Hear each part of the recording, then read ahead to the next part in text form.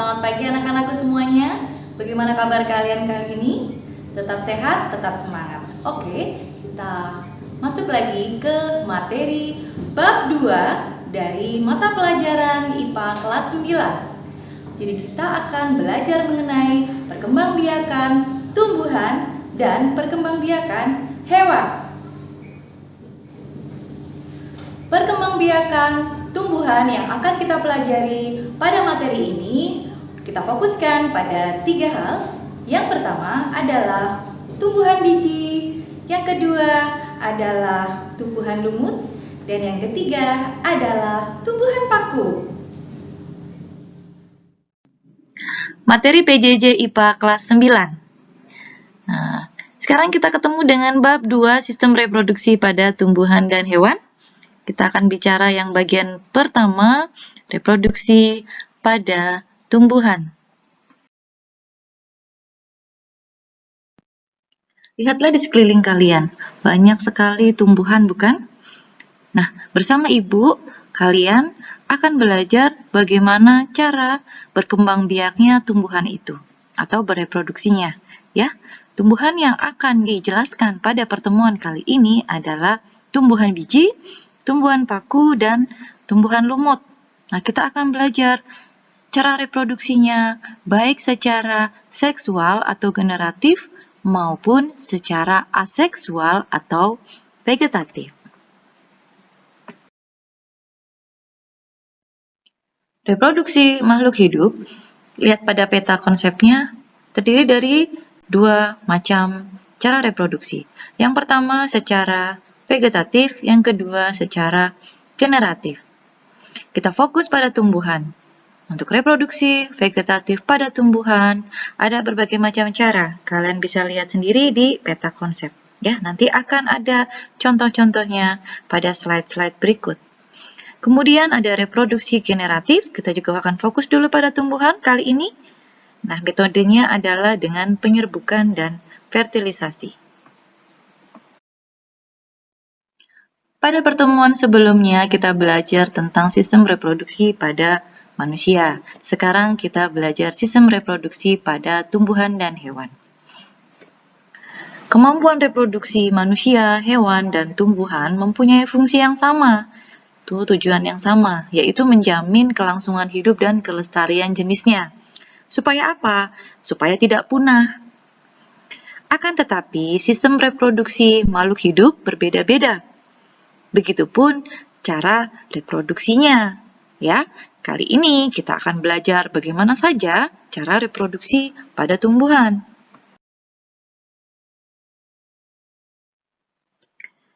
Oke, sistem reproduksi pada tumbuhan. Tumbuhan itu mempunyai 2 cara reproduksi, yaitu secara vegetatif dan secara generatif.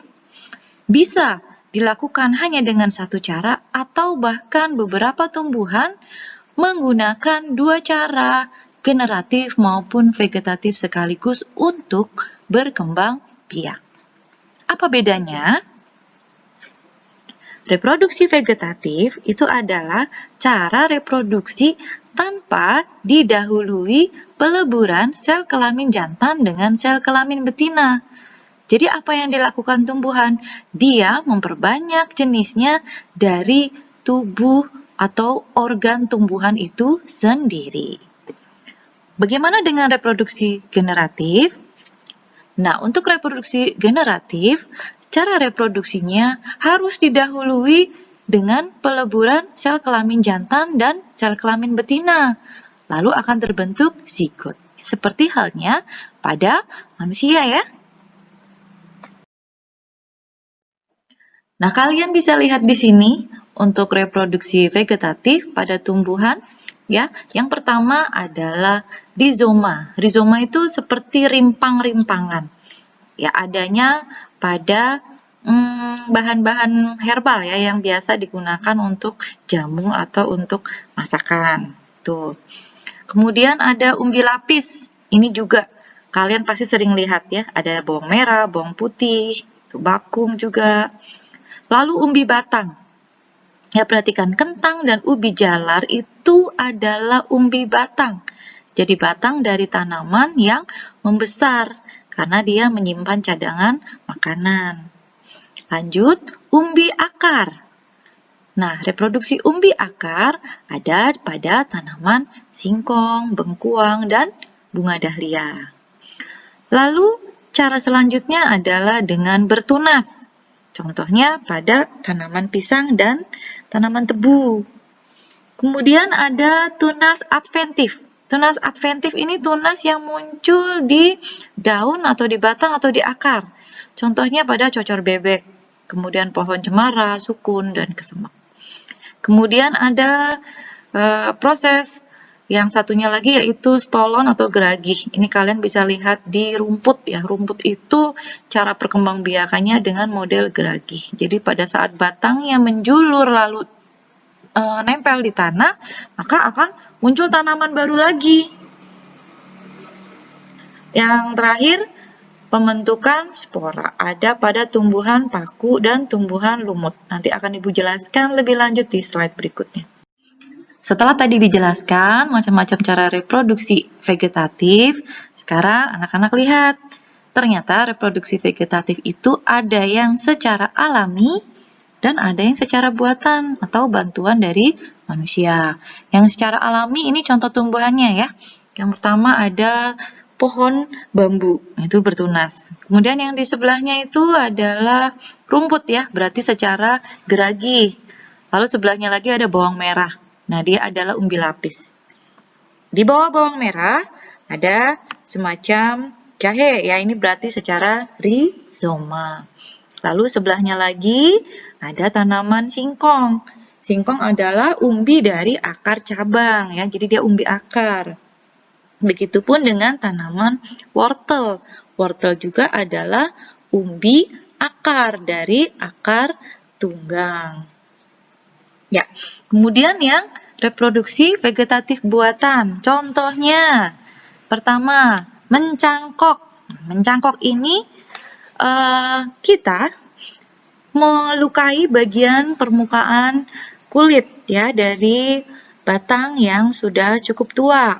Ya, setelah dikuliti sampai ke bagian dalamnya kambium lalu diberi media.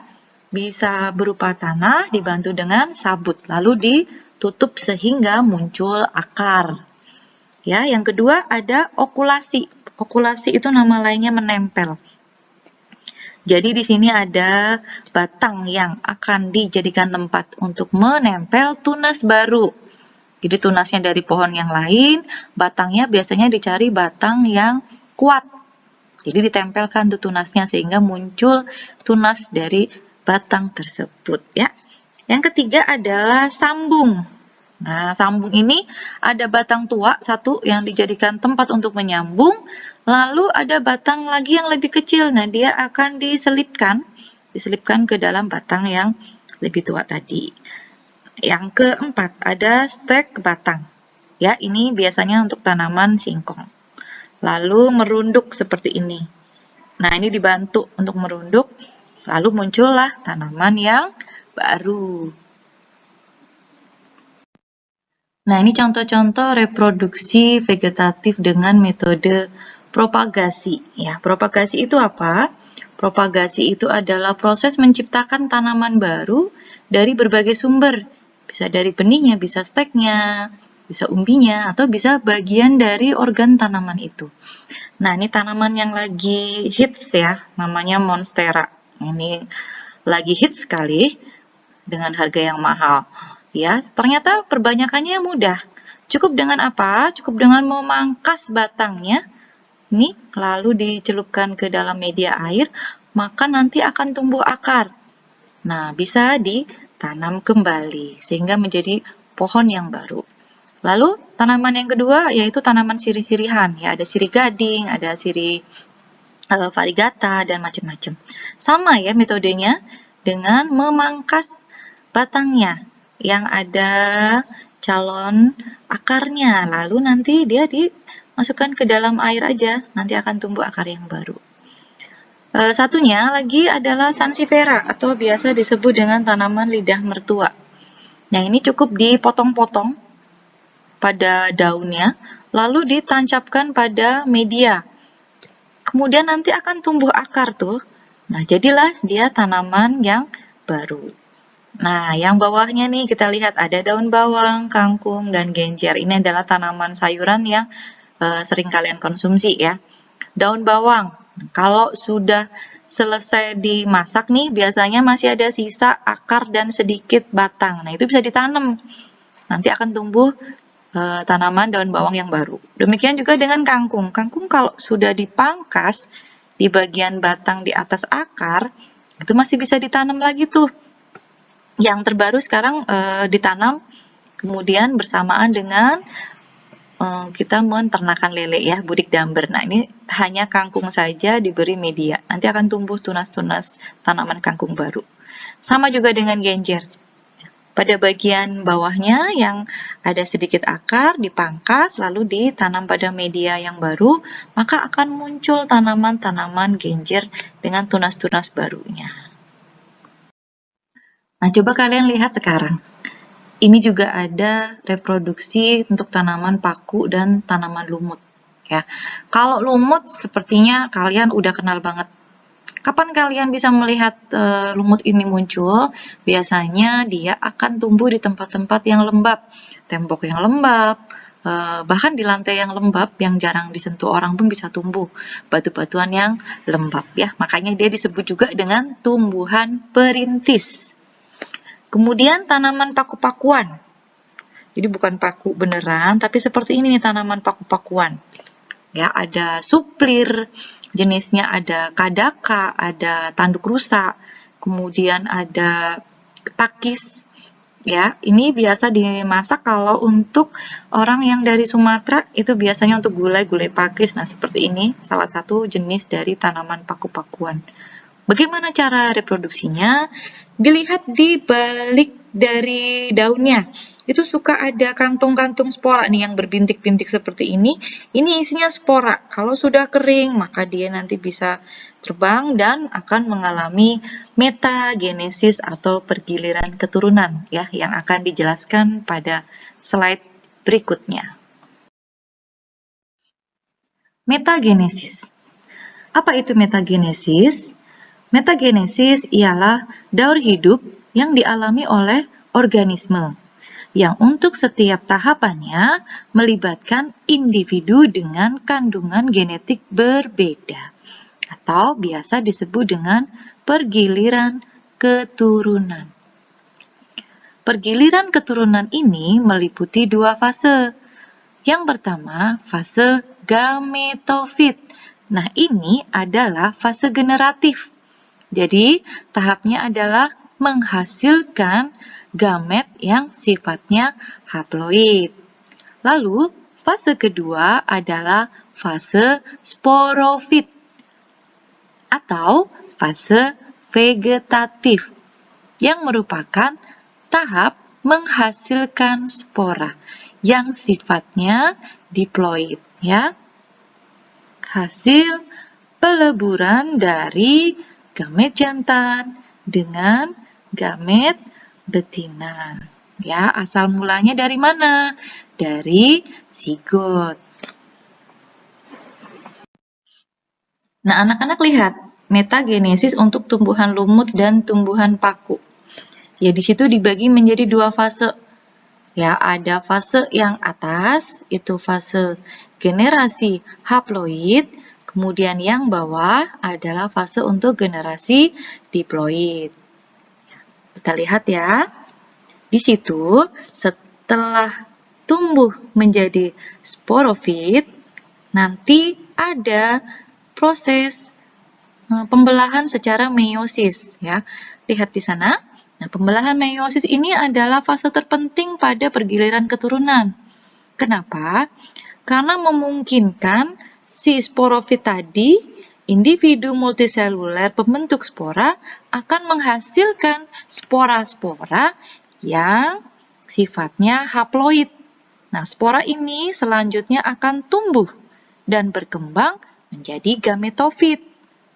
Setelah itu, dia akan membentuk gamet atau sel kelamin. Ya, kita lihat ya. Untuk tumbuhan selanjutnya adalah tumbuhan berbiji. Ya, ini adalah reproduksi generatif atau seksual pada tumbuhan tingkat tinggi. Maksudnya tumbuhan tingkat tinggi itu berarti dia itu lengkap organ tubuhnya ya. Ada akar, ada batang, ada daun, dan bahkan ada bunganya. Nah, kita lihat pada tumbuhan berbiji tertutup. Tumbuhan berbiji tertutup memiliki bunga. Nah, bunga ini adalah alat reproduksi generatifnya.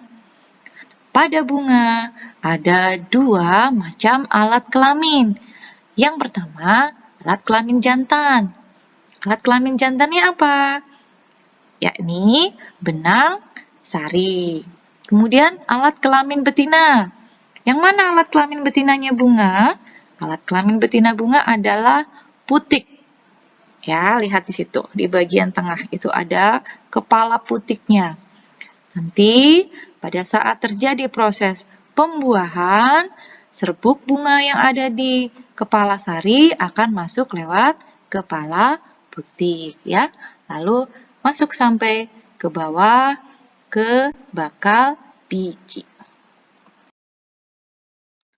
Selanjutnya kita bicara mengenai penyerbukan pada tumbuhan berbiji. Apa sih penyerbukan itu? Nah, penyerbukan adalah proses jatuhnya serbuk sari pada permukaan putik yang terjadi pada bunga. Ya, penyerbukan disebut juga dengan istilah polinasi. Ya, ini adalah bagian penting nih dari reproduksi tumbuhan biji. Oke, berdasarkan asal serbuk sari, penyerbukan dibagi menjadi 4 macam. Yang pertama, penyerbukan sendiri atau autogami. Nah, kalian bisa lihat tuh di gambar di sebelah kanan. Autogami itu apa? Autogami itu penyerbukan pada bunga yang serbuk sarinya juga berasal dari bunga itu sendiri. Ya, itu namanya penyerbukan sendiri. Kemudian, ciri-cirinya apa? Ciri-cirinya nanti keturunannya tidak mungkin bervariasi ya, karena berasal dari bunga yang sama. Pasti keturunannya mirip sama induknya. Yang kedua adalah penyerbukan tetangga atau geitonogami. Penyerbukan tetangga itu apa? Penyerbukan yang serbuk sarinya berasal dari bunga lain pada tanaman yang sama. Artinya, serbuk sari jatuh ke kepala putik pada bunga lain, tapi masih tanaman yang sama. Kenapa bisa terjadi? Karena bunga jantan dan bunga betina pada tumbuhan tersebut tidak berada dalam satu bunga ya, sehingga membutuhkan dua bunga. Tanaman apa saja yang bisa seperti itu? Nanti Ibu kasih videonya, ada pada melon misalnya, semangka, ada juga pare. Kemudian yang Ibu tahu seperti itu ya. Lanjut lagi yang ketiga, yaitu penyerbukan silang atau alogami. Jenis penyerbukan ini, serbuk sarinya berasal dari bunga lain pada tumbuhan lain, tapi jenisnya sama. Nah, ya, jadi satu jenis nih tumbuhannya.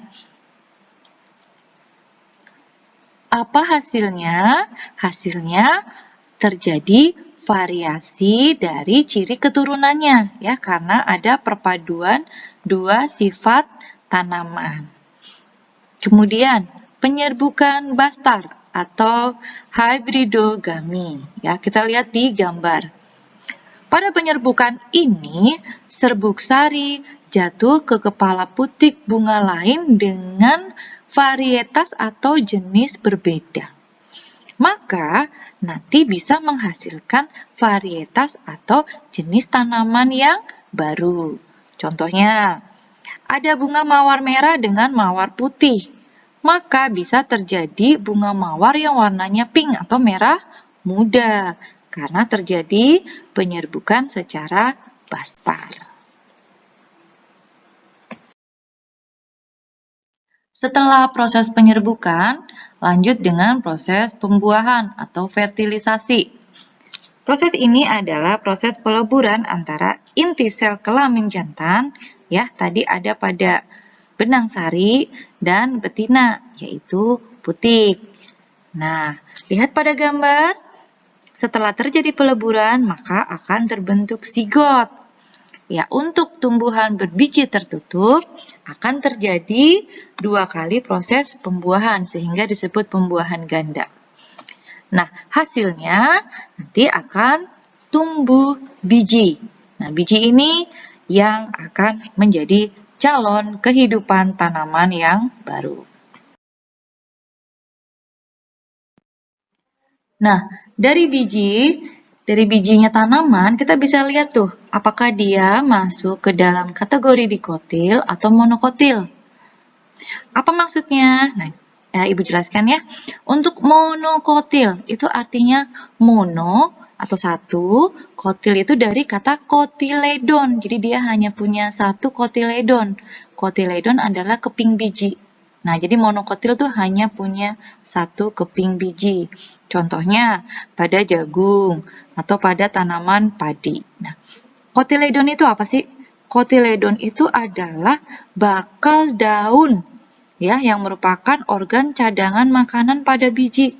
Kalau dia nanti tumbuh, maka kotiledon inilah yang akan menjadi calon daunnya. Nah, sekarang untuk tanaman biji yang kategorinya dikotil. Di artinya 2. Kotil dari kata kotiledon. Berarti dia punya 2 keping biji. Nah, kamu kalau pernah lihat tanaman dengan biji yang punya 2 keping, contohnya nih, pada kacang-kacangan, itu kan kalau dibelah ada 2 keping. Kemudian pete, kemudian ya kesukaan kamu jengkol misalnya, ya. Kemudian semangka. Semangka tuh jangan dibilang bijinya 2, bijinya banyak. Tapi dia punya 2 keping biji. Nah, itu disebut dengan biji tanaman dikotil.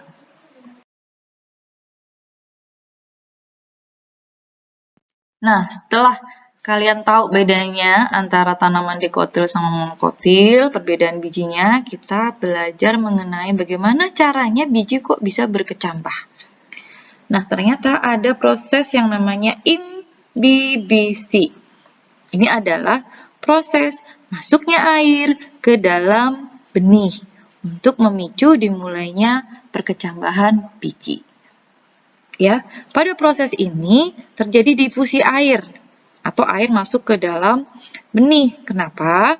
Karena benih lebih kering daripada lingkungannya sehingga dia bisa masuk ya airnya. Air diserap oleh biji, lalu dia mengembang bijinya. Setelah mengembang, dia bisa memecahkan kulit biji, lalu memicu perubahan metabolik pada embrio yang menyebabkan biji tersebut tumbuh. Waktu SD pernah kan ya nyoba biji tanaman kacang hijau yang kalian letakkan pada kapas yang lembab atau yang basah. Lalu setelah itu akan bijinya makin besar, nanti mengembang dia. Kemudian pecah kulit bijinya dan muncul tunas yang baru. Nah, seperti itu ya namanya proses imbibisi. Pada tahap ini tanaman tidak memerlukan tambahan nutrisi ya dari luar. Kenapa? Karena pada bijinya dia sudah punya kotiledon yang tadi Ibu bilang, cadangan makanan. Cukup untuk energi bagi proses perkecambahan. Nah, lihat gambar, ada 2 macam tipe perkecambahan. Ada tipe A di sini, lalu ada tipe B. Ya, tipe A itu apa? Tipe A tipe perkecambahan di mana kotiledon dan epikotil itu keluar dari biji. Nah, kemudian tipe B dan untuk yang monokotil, kotiledon atau bakal daunnya tadi masih tetap berada di dalam biji. Jadi yang tumbuh adalah plumula ya, menjadi daun utama. Ya anak-anak, ini adalah tanaman melon. Kita lihat ada bunganya. Ini bunga jantan nih yang tidak ada bakal buahnya, seperti ini. Nah, bunga betina nanti akan seperti ini. Kalau sudah diserbuk, dibuahi, dia akan tumbuh menjadi buahnya, ya. Gitu. Nah, Nah, ini adalah biji tanaman sawi. Seperti itu. Nah, pohonnya seperti ini nih. Tuh. Nanti kalau sudah tua, dia akan tumbuh biji seperti ini. Sampai Bagaimana anak-anak? Cukup padat ya materi kita kali ini. Kita belajar sistem reproduksi tumbuhan, baik secara vegetatif maupun generatif, beserta dengan contoh-contohnya yang Ibu jelaskan pada video tadi. Nah, penugasan selanjutnya berupa proyek ya. Jangan lupa pilih salah satu jenis tanaman, lalu kalian tanam nih secara vegetatif. Diamati dari hari ke hari perubahannya yang terjadi pada tanaman tersebut. Ditulis lalu difoto. Setelah itu kalian bisa membuat laporan dalam bentuk tertulis atau video yang menerangkan perubahan tanaman yang kalian coba sebagai proyek ini. Apakah nanti kalian sukses?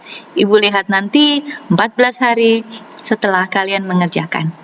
Demikian, wassalamualaikum warahmatullahi wabarakatuh. Tetap sehat, tetap semangat anak-anak.